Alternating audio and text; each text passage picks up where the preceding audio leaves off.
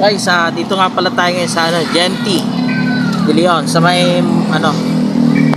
sa may Dito daw yan. Karahatan.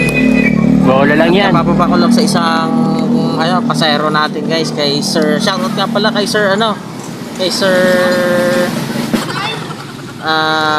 Leslie Arcilia. Thank you po sa tip.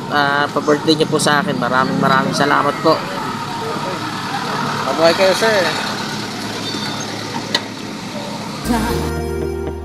Never thought I felt this way.